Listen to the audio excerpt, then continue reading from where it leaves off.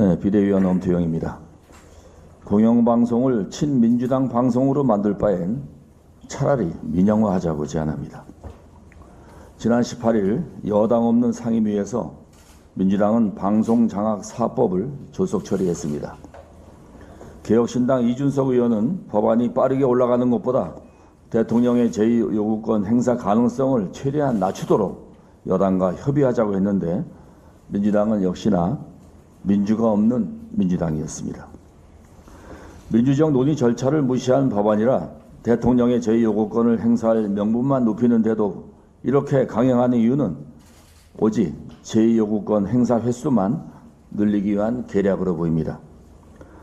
나라를 위한 정치를 하는 것이 아니라 정쟁을 통해 민주당의 이익만을 생각하는 모습입니다.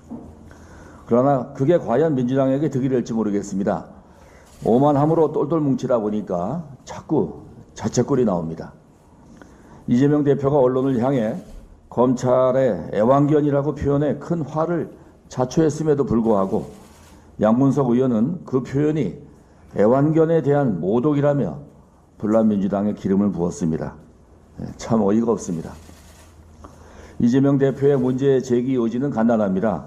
대북 송금이 국정원 문서에서 쌍방울 주가 부양용, 검찰 공소장에는 이 대표 방북용이라고 되어 있는데 왜 검찰 주장 위주로 보도하느냐 이겁니다.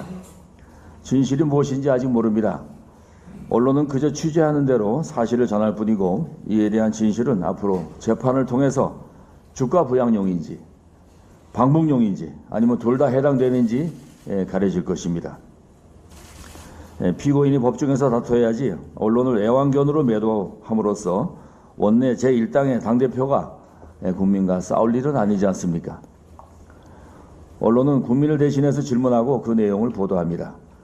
그런데 지금 민주당의 언론과는 어떻습니까? 주가 부양용 송금이라고 하면 이거는 정상적인 언론이고 방북용 송금이라고 보도하면 이건 언론이 검찰 애완견이다. 이런 논리입니다. 지난 대선을 불과 사흘 앞두고 윤석열 당시 후보가 대장동 사건을 모마하기 위해 한 여러 가지 오보를 무단히 발표했습니다. 그 후 책감 명목으로 1억 6,500만 원을 주고받은 당사자들이 오늘 구속영장 심사를 받습니다. 대선 당시 공영방송은 김혜경 여사 의혹은 뒤로한 채 김건희 여사와 유튜브 기자의 녹취를 공개했습니다. 공영방송의 품격을 버리면서까지 대선에 개입했지만은 별 내용 없는 1주차 방송 직후 민주당 지지층조차 원성을 냈고 결국 2주차 녹취 공개는 취소되었습니다. 이러한 편향적인 세력이 추천하는 이사들로 공영방송 사장을 선임하자고 하는 것이 바로 방송 3법입니다. 민주당은 이사 추천권을 여러 직능단체에게 나눠줌으로써 국민이 사장을 뽑도록 설계했다는 궤변을 늘어놓았습니다. 반대로 생각해 봅시다. 우리 당과 의견을 같이 하는 직능단체들이 이사를 추천하는 그런 법안을 발의하면 민주당은 찬성할 겁니까? 거듭해서 우리 모두 솔직해지자고 말씀드리는 이유가 바로 여기에 있습니다. 오랜 세월 정권이 바뀔 때마다 공영방송이 정권에 휘둘리는 악순환 이제 모두 인정하고 이제 끊어냅시다. 지난주 제가 이 발언 이후 주위에서 취지가 뭐냐고 많이 물어왔습니다. 그때마다 저는 이걸 인정해야지 민주당과 대화할 수 있고 대화해야지 언론을 살릴 수 있다라고 답했습니다.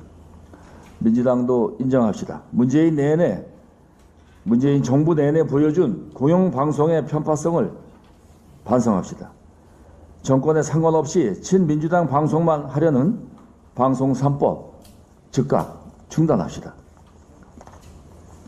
민주당 한준호 언론 TF 단장이 우리 당에 대안을 내놓으라 했는데 제가 그 전에 이미 내놨습니다. 민주당이 줄곧 주장해온 특별다수제를 도입해 여야 모두가 인정하는 중립적인 인사가 공영방송을 이끌도록 합시다.